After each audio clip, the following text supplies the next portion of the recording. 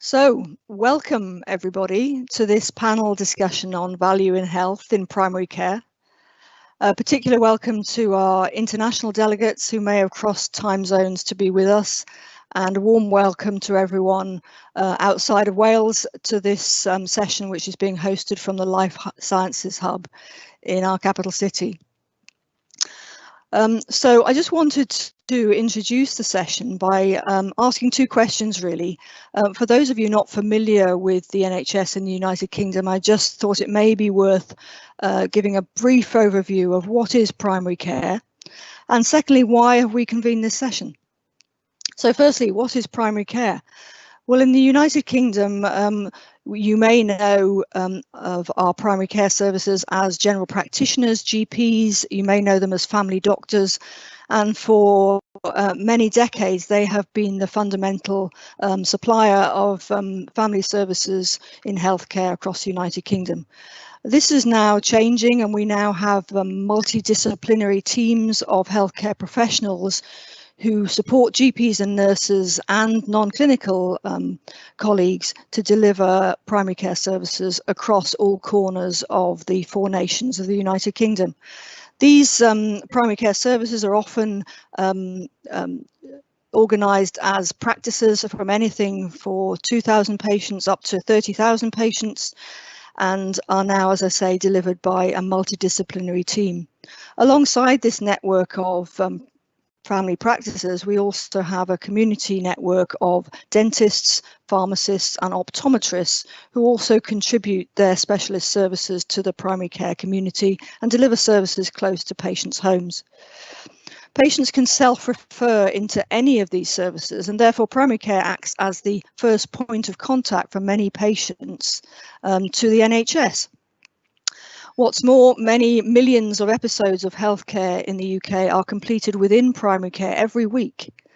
And for those patients who need access to diagnostic and specialist services that sit within our hospital environments, the primary care healthcare professionals will often be the people who refer into those services and will receive the patients back into our care once the episode of specialist healthcare has been completed. The core services of primary care are open 24 hours a day, 365 days a year. And what's more, every patient and person in the UK is entitled to be registered with a family practice or GP practice throughout their lifetime from cradle to grave. And you could say that GPs are the only healthcare professionals who never discharge their patients. So you can imagine from that we are delivering healthcare at scale, and therefore it's really important that we understand what value looks like in primary care. And that's why we convene this panel of 4 experts who are going to give us their insights into some of the pioneering work that's going on across Wales in this sphere of value in primary care. And the people that we'll be speaking to are as follows. We've got Dr. Alistair Reeves, and Alistair is our National Primary Care Lead for Community Services and for Primary Care, and he's also the Interim Deputy Medical Director for Swansea University Health Board. We have Dr. Duncan Williams, who is a GP and GP partner in the Amantawi area, which is in southwest Wales. We also have Dr. Karen Pardee, a GP and a cluster lead GP who works within the southwest area of Cardiff. And we also have Craig Davey, who is a programme manager for the Finance Delivery Unit in Wales, and he is our subject expert on how to measure value in health. So without further ado, I'd like to give an opportunity for all these speakers to give us insights into their work. And we're going to start with Dr. Duncan Williams. Thank you, Duncan, for joining us today. Now, I understand you have developed over the last 5 to 6 years a new model of care that diverges from the traditional model of GP-led care, and that this is of benefit to your patients. And I wonder if you could start by just giving us an insight into the background to why you did that and a little bit about it. Thank you, Duncan. Thank you, Sue. Yes, I'm privileged to be with you all this morning. And I wish to start with a short quotation from my time as a hospital porter in 79-80. If I say baich ar ben beichiau'r byd yw baich y dyn heb iechyd, I hope I get your attention. That translates to a burden on the burdens of the world is the burden of the person who doesn't have health, and is fundamental to why we need to deliver access to our people across Wales, across the NHS in the UK. The model of care I wish to describe, it has been described, but not by me, as GP light, and my colleagues would probably say I'm pretty GP heavy. Nevertheless, what we deliver for our patients is an accessible multidisciplinary team, which for the numbers, we seem to have less GP trained practitioners than perhaps the mainstream. It's a fully fledged GMS program. We work within the confines of the national contract. It's a real practice. We've got 10,000 patients. We've got 8 whole-time clinicians, as opposed to perhaps 4 or 5 whole-time equivalent GPs in similar practices elsewhere. So more bangs for your buck from the point of view of value.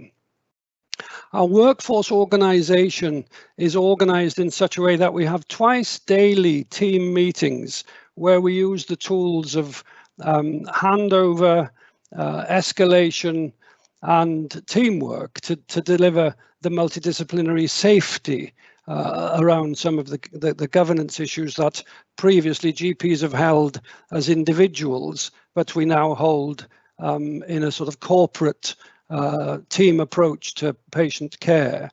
That enables us to see everything that's thrown at us. In the COVID times, we're adopting at pace the a couple of software programs around delivering clinical assessment over Zoom, Skype, Teams, etc., including video consults. I've come to the meeting today having done 2 video consults this morning for parents at home worried about their child's illness, and the video allowed us to deliver very straightforward reassurance that we weren't crossing thresholds.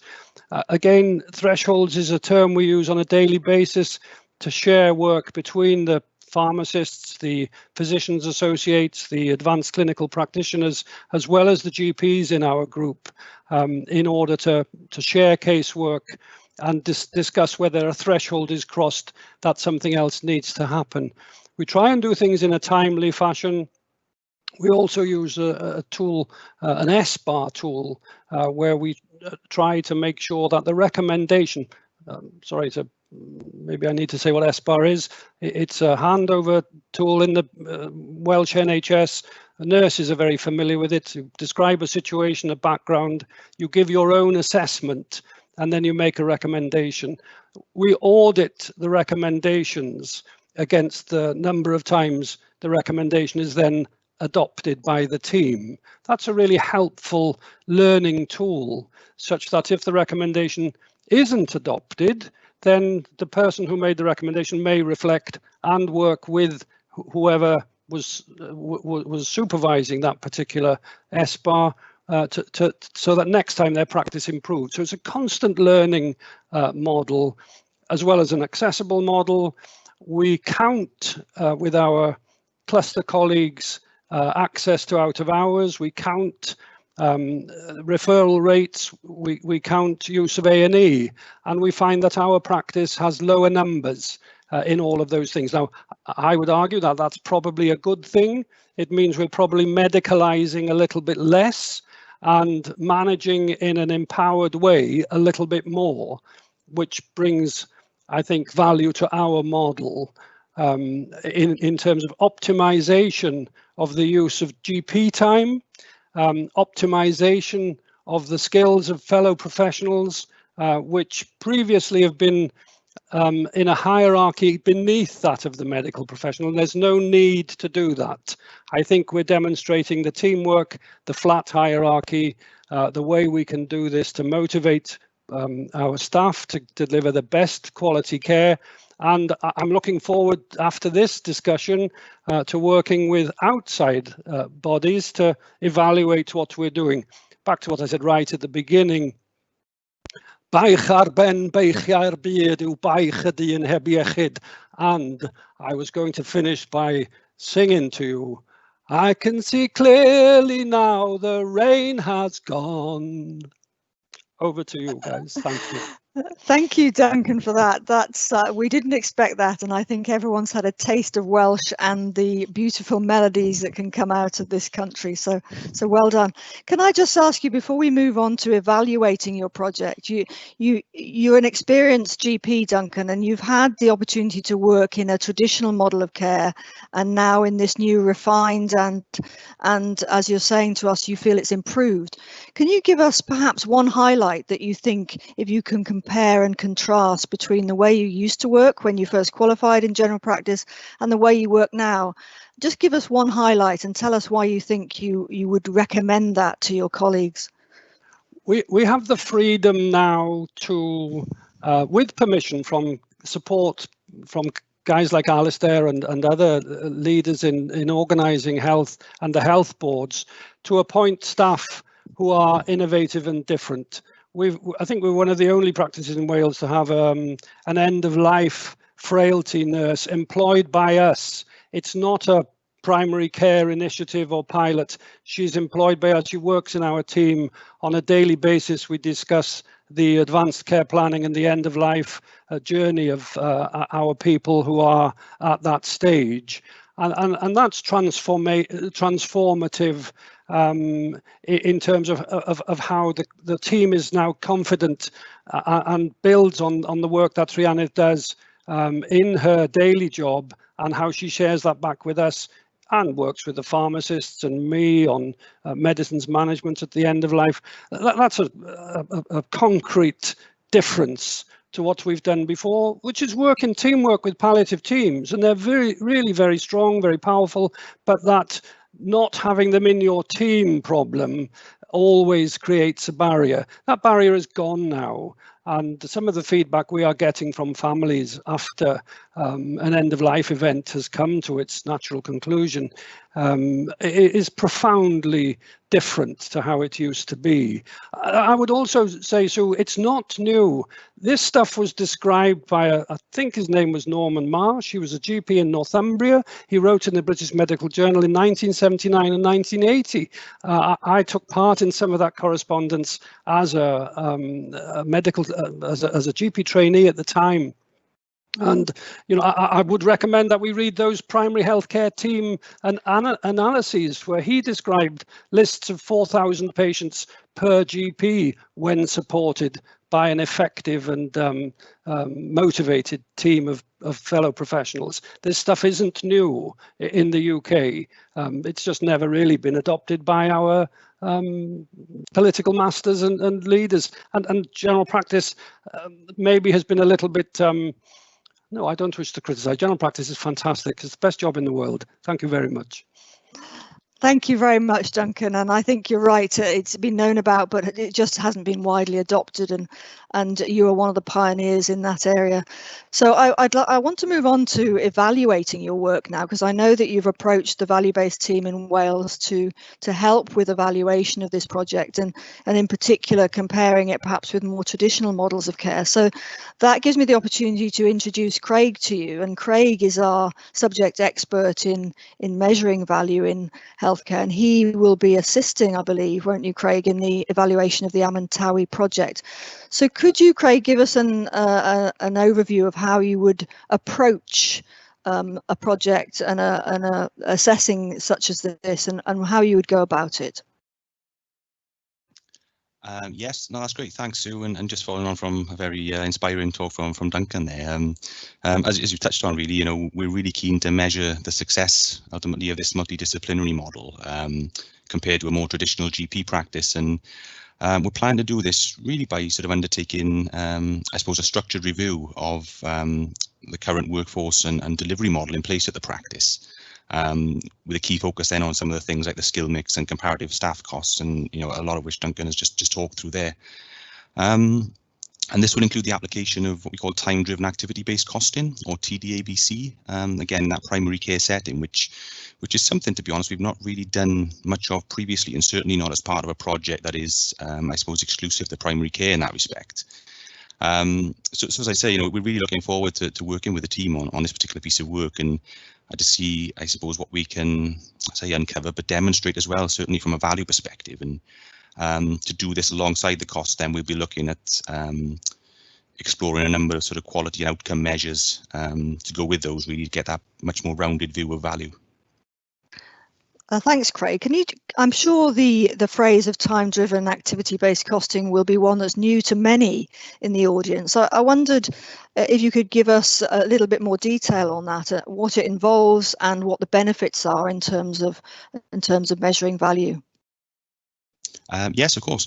So TDABC, it's a costing methodology that was developed by Professor Robert Kaplan and team at Harvard University, and it's, if you look at some of the sort of original literature, it's the, I suppose, recommended approach or methodology to be used when you're looking at costing in value-based healthcare, and it's essentially a bottom-up approach to costing that looks at sort of costing activity and processes by understanding really who does what, when, and for how long.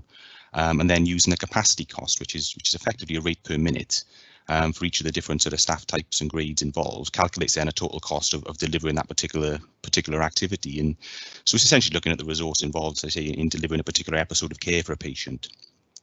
So, for example, if we're looking at the cost of, say, a GP appointment, this will include input from the very first call, say, with a receptionist or a call centre staff, right the way through then to the conclusion of a 10-minute slot, say, with a GP, and anything that the GP may do once the patient has left. So we finishing off notes and updating health records and that sort of thing.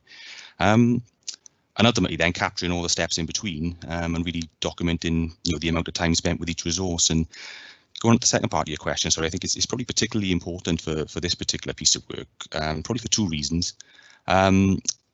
I think firstly, with GPs being independent contractors in the NHS, patient level costing information is not something that's really readily available and doesn't feature as part of Health Board costing returns in Wales at that patient level. So TDABC is, I say the only, but it's actually the ideal tool at our disposal in this case. And I think it's a really positive thing, as I said earlier, because we've not really used it exclusively in a primary care setting before. And so it's going to be really interesting to see what we can do with it here. And secondly, I think the bottom-up nature of TDABC sort of gives us that much more granular understanding, if you like, of the cost, and as well as the processes and inputs then that are driving those costs. So again, that idea of who does what, when, and for how long. So I think it becomes particularly useful when we're looking at the utilisation of resources and the delivery of care across practices that have different workforce and or service models, as we will be here. We can really then look to identify where and how resources are being used differently, and what impact that then is having on patient outcomes and experiences, and especially when we start to look at this alongside various quality and outcome measures then, as I said. Thank you, Craig. So you're talking about a family of different measures that you would use data to make this evaluation. Can I just clarify that in order to evaluate this project, there'll be some benchmarking with other practices, and if you could just talk a little bit about how you would go about benchmarking this practice so that we're not comparing themselves with themselves, but comparing them with other types of delivery models. Yes, of course.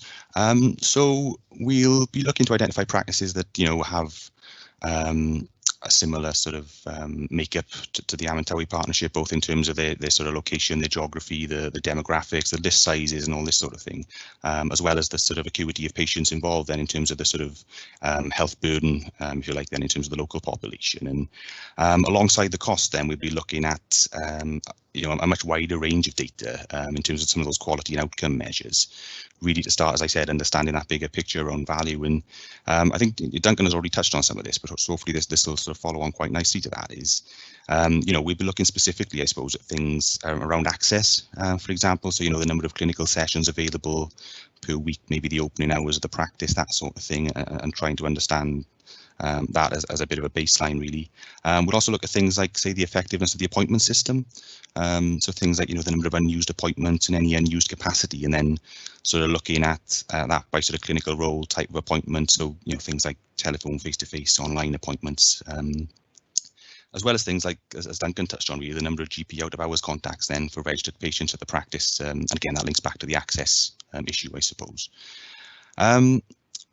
Some of the other quality then, we'll be looking at things like comparative data from the Quality Assurance and Improvement Framework, which has recently replaced the Quality and Outcomes Framework in Wales, and looking at things then like sort of types of complaints and trying to categorise these in a way that makes sense in terms of what we're trying to compare then.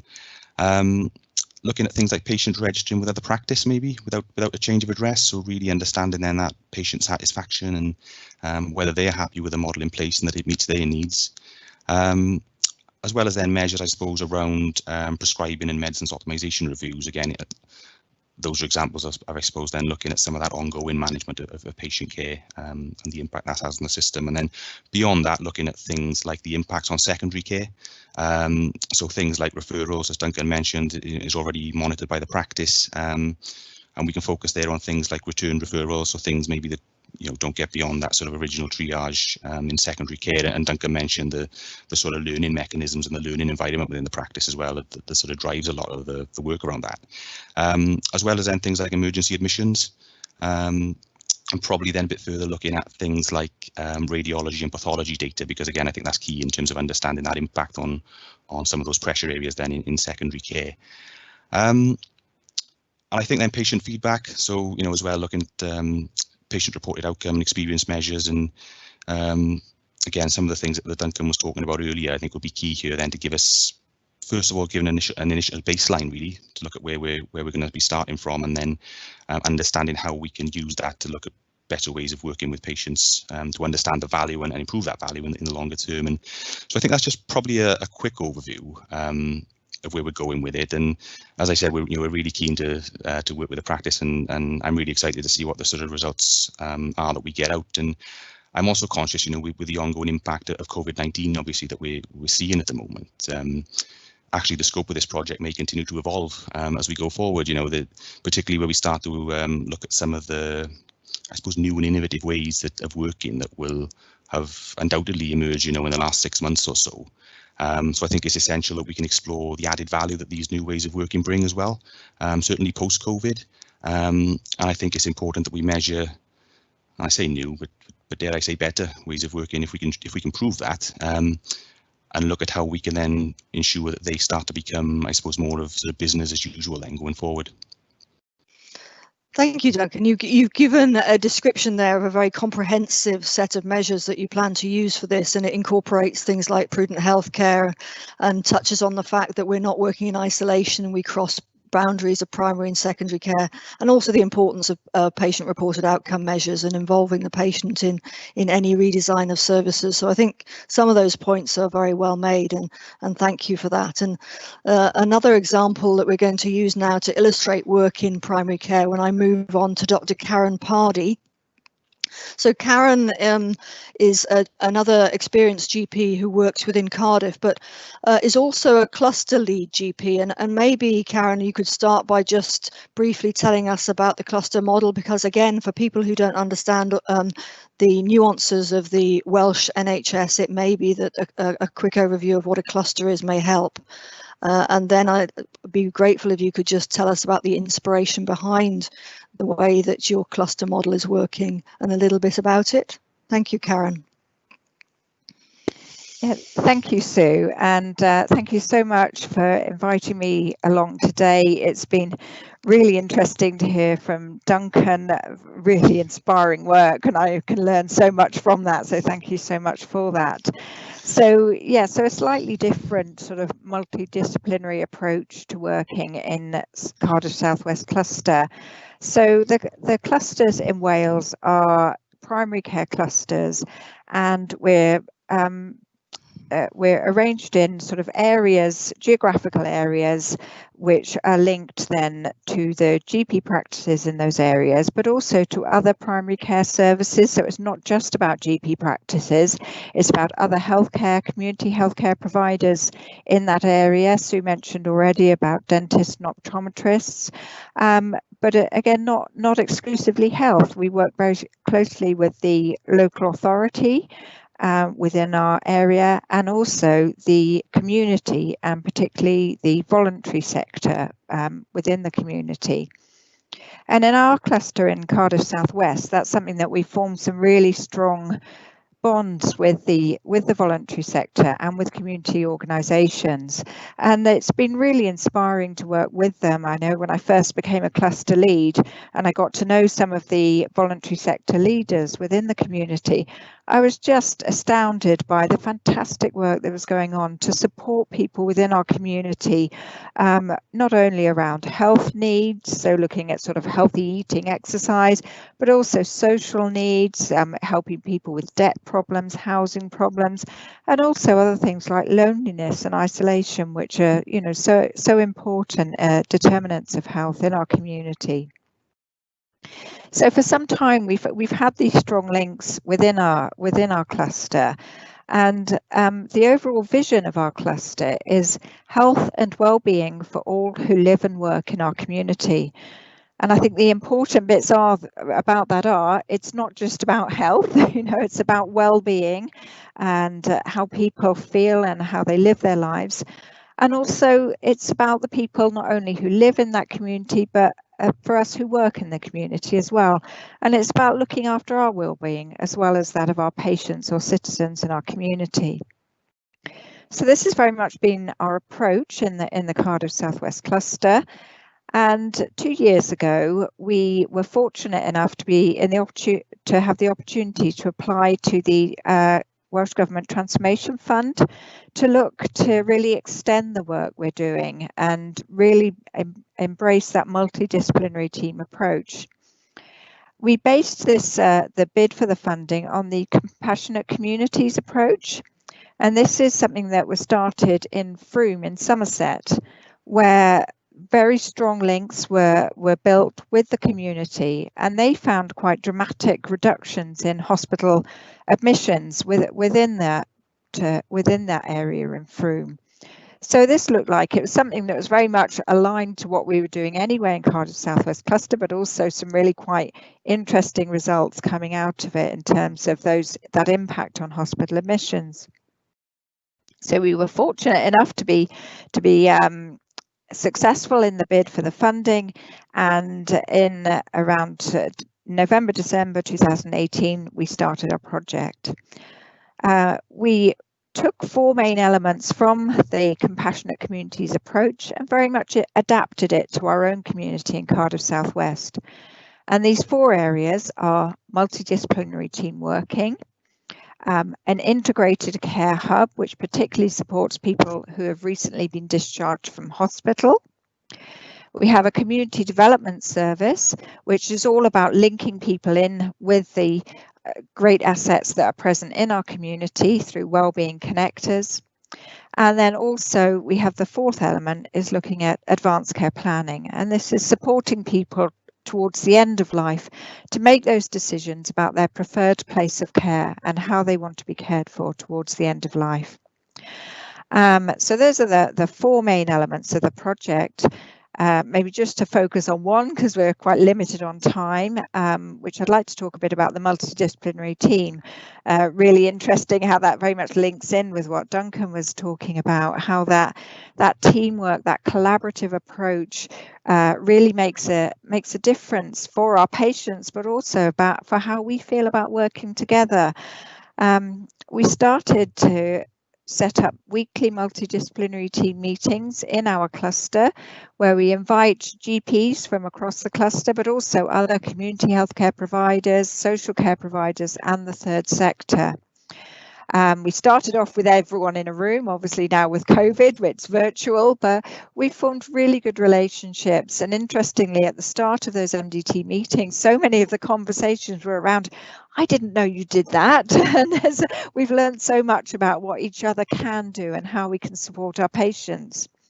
I think the GPs who first came to the multidisciplinary team meetings were a bit worried that they'd go away with lots of jobs to do, but they've just been so enthusiastic about the fact that it's just empowered them to look after patients with sometimes quite complex problems, GPs that we may have previously spent many hours on the phone trying to ring around and trying to find the best support.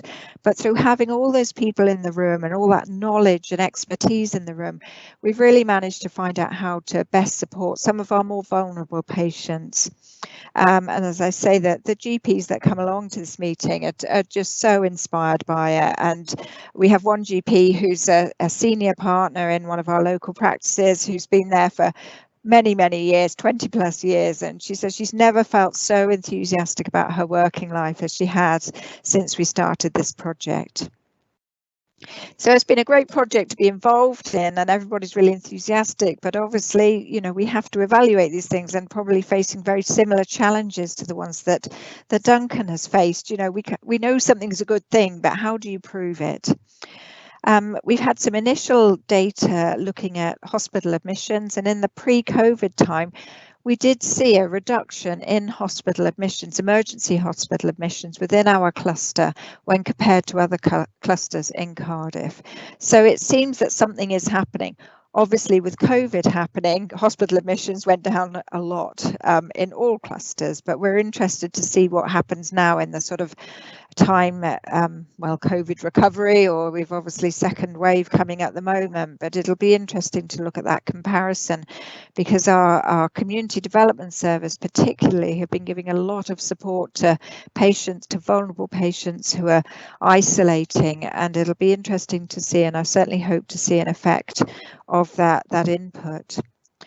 But I suppose what do we really want to do with this project? Obviously, it's good to see if we are reducing avoidable hospital admissions and improving patient care, allowing them to be cared for at home. But also, we're looking at well-being. We want to improve the lives of the people within our community, and that can obviously be quite a challenge to measure.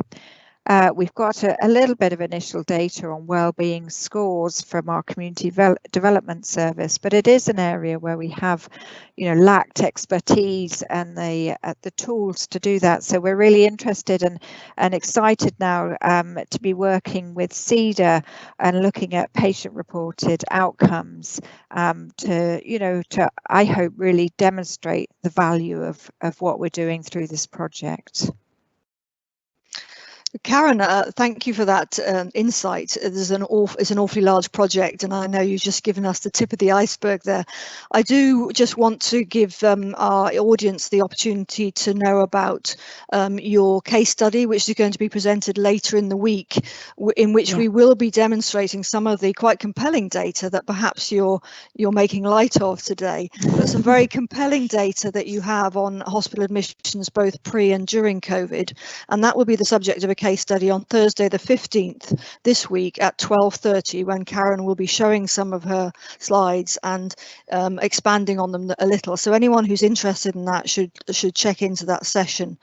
I just want to ask you specifically a delegate question that's come in, which is about patient outcome measures demonstrating improvement in the primary care change using an MDT approach. And I know, because we've discussed it, that you've got some initial data. You've mentioned the ACE scores, so perhaps you could say a bit more about those, but also the staff wellbeing results, which have shown an improvement. So could you just, with that question in mind, talk about those two things, the ACE wellbeing and the staff wellbeing?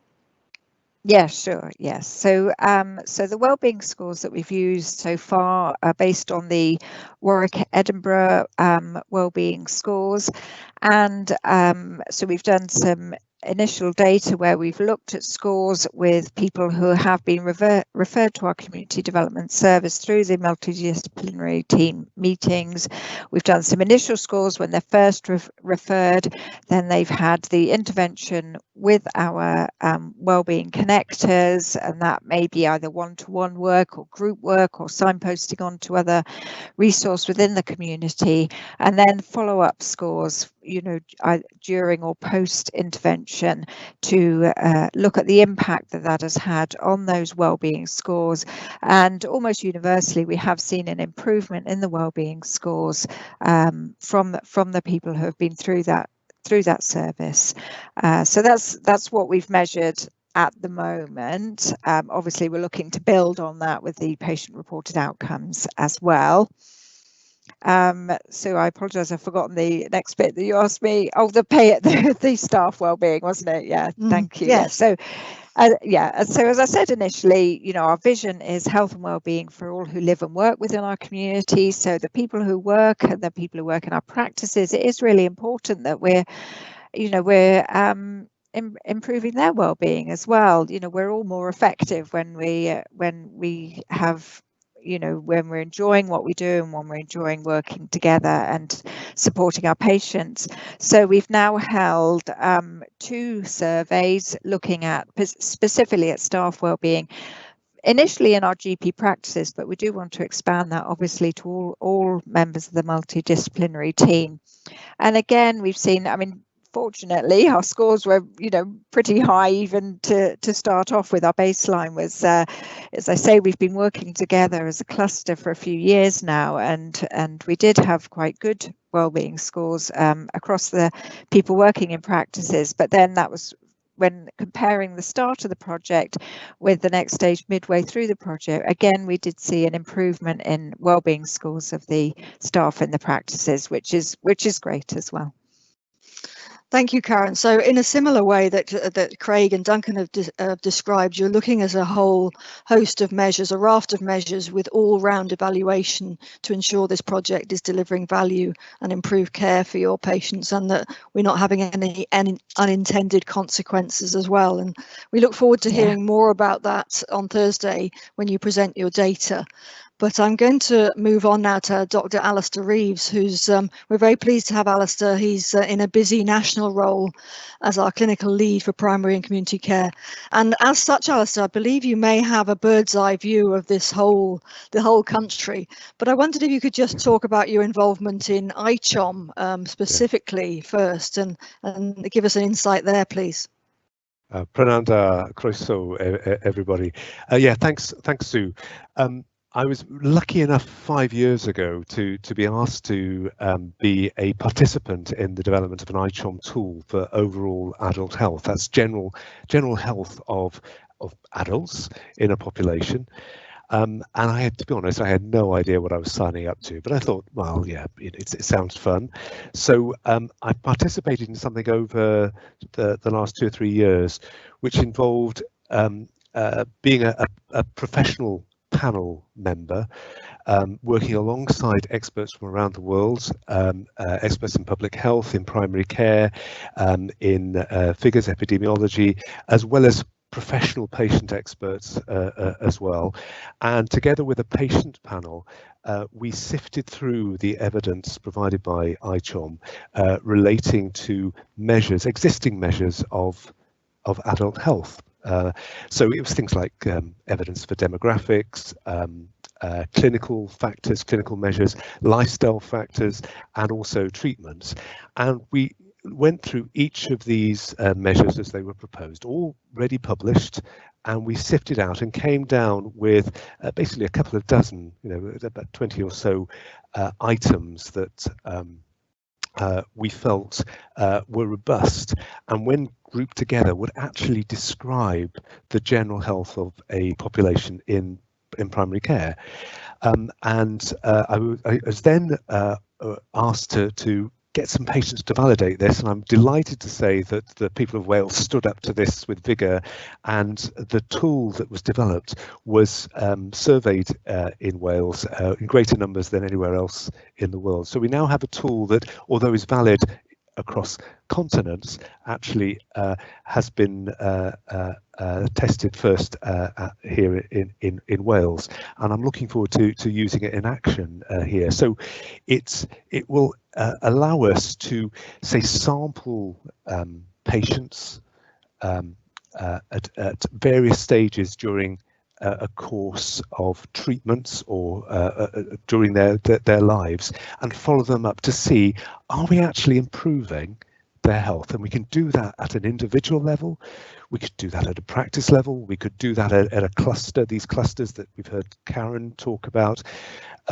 We could do that at a wider level, and it could allow us at various periods to ascertain whether the changes that we're making are actually making a real difference that matters to patients. Thanks, Alistair. So if you were using these patient-reported outcome measures and tools to their maximum effect across primary care in Wales, what would that look like? What would your vision be if we were to use them at their best?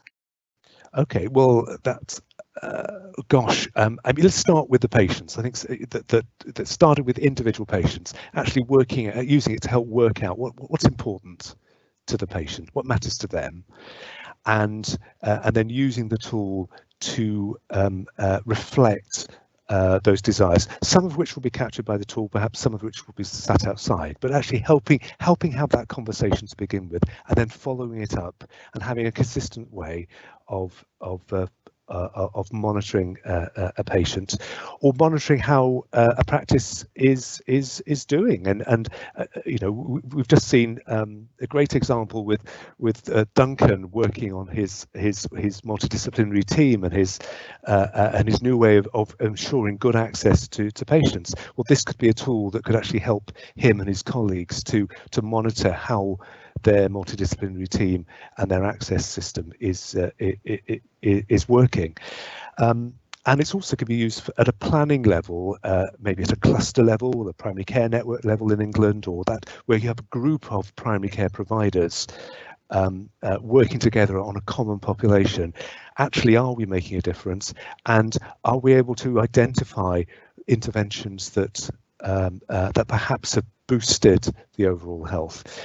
So I would like to see tools like this, the ICHOM tools, used to evaluate any projects and initiatives and programs, so that we can monitor as they go along how well they're performing and whether they are actually improving the quality of the service that's being delivered as defined by patients. It sounds very logical and very sensible and very desirable to do this, Alistair. So my next question is really about what are the barriers and enablers to this. Yeah. We've got two experts who've got experience of this and are enthusiasts. You and I know of other people around Wales who'd love to do it. What is holding us back and what is helping us in this regard? Right. Well, okay. We're sort of with a helicopter view, sort of nationally. I mean, it really is fantastic. We can celebrate people like Duncan and Karen today, who are real pioneers, and and it just shows what you can do when clinicians are actually given a bit of freedom and are allowed to put their heads above the parapet and actually see beyond traditional approaches and welcome what other members of the team and the community can bring to the table, and support each other, even though their backgrounds and professional backgrounds may be very different, or organizational backgrounds may be quite removed from simply working in a medical model at all. So actually, the first thing I'd say is we've got to empower our clinicians, and there are lots of examples, particularly over the last 6 months, of where we've been dealing with COVID, where allowing clinicians to have that bit more freedom to do things differently. And we have to give credit to primary care around the United Kingdom, but particularly in Wales, where they've moved from. Many of them have moved from a traditional model to a model that's closer to Duncan's telephone triage based model with a multidisciplinary team. They've done that overnight, and they've adapted and made an amazing achievement. And they need to, again, we need to celebrate what can happen when people are empowered to try things differently with the support of the leaders above them. I think that for value-based healthcare to really succeed, we do need to recognise that it isn't just about value-based healthcare in primary care, and I welcome the work that Craig's doing. Absolutely, do we need Craig's work to measure outcomes here in primary care, but we need those measurements shared across the system, because it's until you get the ability to shift resource across the entire system, primary, secondary and tertiary care and population health and self-management, until we can move resources across the entire pathway, we will not be able to actually put the resources where they will deliver the maximum value. And I think that recognition has to be there.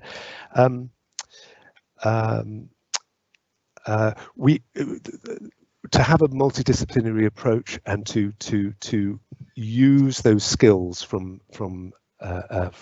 professions outside of traditional general practice, that workforce has to be there. So it goes without saying, we need to invest in those people and we need to make sure that they exist. Otherwise, it's a nice theory, but it's with tools that Craig's developing, with the models that we've just heard about, that we actually demonstrate the real value. And patients are telling us that they like seeing, for example, a physiotherapist first off, without having to go to the GP and then being referred. In many ways, they like having that option rather than being referred to an orthopaedic surgeon who only wants to talk. I like orthopaedic surgeons, but they only tend to talk about operations. Actually, maybe what some patients are telling us they want is they want a discussion about what they can do to prevent themselves having surgery. So building that in at the front door in primary care in a way that's accessible, that is relatively cheaper, has to be said, but actually the most importantly is the value that the patient puts on it. Thank you, Alistair. You're talking about a collaborative approach across primary and secondary care, across multi-disciplines, involving our data experts such as Craig and the rest of the finance delivery unit and value-based healthcare team, involving CEDA, involving all these specialists. Yes, and one last thing, because I think my friend and colleague from the National Clinical Framework, Alan, may be on the line. He'll never forgive me if I don't mention digital, and it's absolutely crucial that that we make it possible that for as many of these patient-reported outcome measures can be recorded digitally. And we recognise the digital divide and digital inequalities, because the uptake of PROMs and reporting of PROMs is dependent on that ease of filling in the surveys. So I'll just throw that in as well. But back to you, Sue. Thank you, Alice. That gives a lovely link actually to some of we've had a couple of questions that are linked with the digital, and also with, as you said, the new innovations with COVID. I wonder if we should round off by just trying to answer some of the questions coming from the audience, and also link in with what's changed during COVID. So the first one that's come in is about continuity of care. Now, we all know that that's not just necessarily with a doctor anymore. And I wondered, for Duncan, I wonder if you could address this question for me. So it's a question about continuity of care and how is that linked with your new model of care? And perhaps if you could answer that and just tell us whether that's changed during COVID and whether you've used digital applications to help with that. No, it hasn't changed at all. The rapport my colleague who's a physician's associate or a pharmacist establishes with the patient carries on throughout the episode of care. The opportunity for them to escalate, for me to get involved in the diagnosis and then hand back using the tools that we discussed earlier enables continuity to happen, and is definitely the preference of our patients in the service. They don't want Williams. They want kind Jen, you know, and that she can then be the corporate face of our clinical strong governance practice in delivering whatever the intervention might be. Just to comment a couple of the other things that we've discussed, we've got 4 receptionists trained in the patient stories PROMS approach. This happened several years ago, and they've never really been able to use their training in a formal process to take that forward. Digital stuff, we're doing it in spades here. You know, we sing to each other on the Zoom meeting every day. We tell silly jokes. We support the team. We invite guests in from the MDT. We're in 2 different clusters, both of which we are, I hope, enthusiastic supporters of the innovative multidisciplinary approach happening there as well. I find, just a practical, real response from me, it's easier within the organization that I have influence in to make changes than it is to get MDTs in the clusters to do things differently. And there's definitely something about leading by doing things and then influencing the discussion. I don't propose to tell anybody how to run their practice or to organize their cluster, but to do things this way is great fun, and I recommend it. I'm happy to be involved. One thing for Alistair about orthopedics and patients choosing not to have surgery, that would be fantastic if patients would choose not to have medicine because we gave them the other options. And health literacy is about that. And again, if we could get to some evaluation about improving the health literacy of a population through multidisciplinary action, both in practices and in clusters and in the secondary care. Somebody's put something up about cancer care delivery across the interface. Massive problems in good professionals not being able to communicate very well with each other. What should we do next? We'll make some virtual networks. Can we have a virtual cluster of enthusiasts for doing this stuff differently? I would like to join that if that could be an action point. Thank you, Duncan. Lots of insights there into, firstly, the psychology of change and how you influence your peers, the importance of not medicalizing all our patients, and also your vision for the future and working with like-minded individuals to effect these changes. So thank you for that. The next audience question I'd like to address to Karen, please. So Dr. Pardee, we've had a question from John Vasey from the audience. Thank you, John, for your question. It says, are you doing your MDT meetings face-to-face because of historical habits, or have they become virtual remote? And if so, does this allow more flexibility in the workforce? A COVID-specific question, I think. Yeah, sure. Yeah, so initially our MDTs were face-to-face. And I think that it certainly worked well in terms of forging those relationships. There is something about all being in a room together. And so obviously until COVID hit, we were, you know, all in a room together. Obviously, there's logistics around that. You know, you're pulling lots of professionals together who are all very busy, and the time taken, you know, fortunately the cluster is not that big, but even so, there's still time for traveling and to actually attend the meetings. And I think particularly, you know, some of the GPs in smaller practices found it difficult to actually get to the meetings. So with the onset of COVID, obviously, we went to the digital remote MDT meetings, which we do via Teams, and I'm pretty sure we will continue to do so because it does allow much more flexibility. If people are struggling to attend, they can dip in for a short period just to discuss their particular patient that they want to discuss, or obviously it's just, you know, reduces traveling time and allows, you know, I think has really enabled the MDT to take on quite a different sort of feel and a different approach through that remote working. And I think, we will continue it. I can't see that we'll ever go back to sort of trying to get everybody in a room together with all their busy lives. We're all very used to this virtual remote way of working now, but I do think that initial phase that we had of being in a room together and forging those relationships was important and gave us a good grounding for the MDTs. But obviously we've embraced the new way of working, and we will continue to do so in the future. Thank you, Karen. And I'd like to address the next audience question to Craig. There's a question specifically for you, Craig, which is about, so firstly, is there a link to the TDABC and the tools you're going to use? There's someone in the audience who wants a bit more information, so that, and also just linking in with what Karen said, a challenge really. Would it be interesting to compare TDABC when we did live MDT meetings or live any meetings to the way they're done in COVID? I would love to know how many man and women hours have been saved through us not traveling. Do you think there's an opportunity there to use that tool to compare old versus new? Yes, definitely. I think so. And just to answer the first part of the question there, sorry.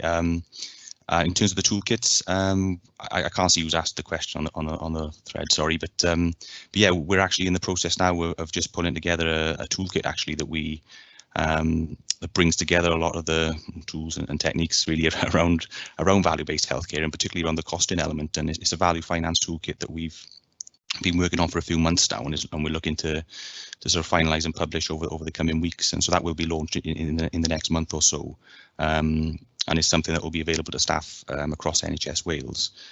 In terms of comparing old and new, I think yes, definitely. You know, as I say, the granular nature of TDABC in particular, and how we build up those costs, looking at who does what when and how long, and I think it is the ideal tool in this case, because we can really look at what we did before, what we're doing after, and what is not just what's the difference in cost, but what's driving those differences in cost.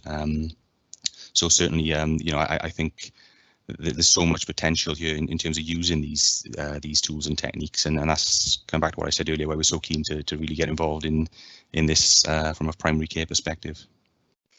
Craig, where might our audience find that link once it's published? It will, when it's published, be available through the NHS Wales Efficiency Framework, and we're actually going to launch it in a session, or mention the launch in a session later this afternoon as well. But when it is launched, the information will be made available, and various links and how people can access that. Thanks, Craig. And I'd like to give our closing few minutes to our National Clinical Lead, Dr. Reeves. I wonder, Alistair, we've had a question come in from Anonymous about agree that you can lead by doing, but there needs to be an approach to spread and scale. And maybe that's a call to action for those of us who are interested. Maybe it's an opportunity to have a think about what that looks like. And we've talked about evaluation, but what are your thoughts about adopting this on a wider scale, and how we would structure that? Thanks, Sue. So I think that we're very lucky in Wales that we have a document called A Healthier Wales, which is more than just a document. It was produced in 2018, published in 2018 as a response from Welsh Government describing the vision for the next 10 years in Wales, and it talks about linking the health and social care services. It talks about ensuring the future well-being of future generations in Wales. It talks about how the services need to be brought together so that the experience for patients is seamless, that their views are taken into account, and how quality drives the system, and that value is squeezed out at every point in the system.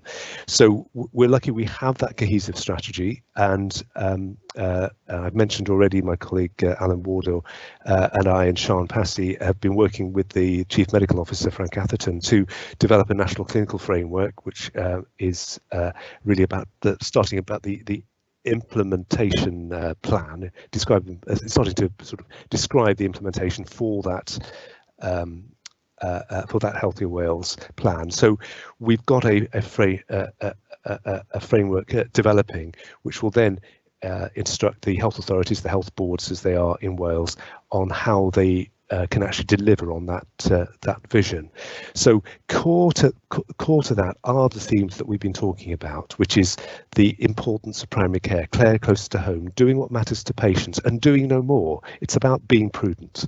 That prudent healthcare and being prudent in practice and ensuring that we're not just doing things because we can, we're doing things because they actually make a difference to the patient. And it's an outcome that's meaningful to them. So there's something here about within our framework, there's something about collecting that data, having good evidence, having evidence that's meaningful to patients and meaningful to clinicians, and freeing up the clinicians to actually build that data collection into their everyday work at the front line, so that they're not having to collect data and record their consultations. It's all part of the same action, and using that data, you get quality improvements and you get that system change, and we've seen examples of that already during this seminar. Thank you, Alistair. It's great to know that there's work going on at a higher level to enable this to happen at the front line. So I'm sure the delegates will be pleased to hear that, and I'm sure some of our speakers will as well.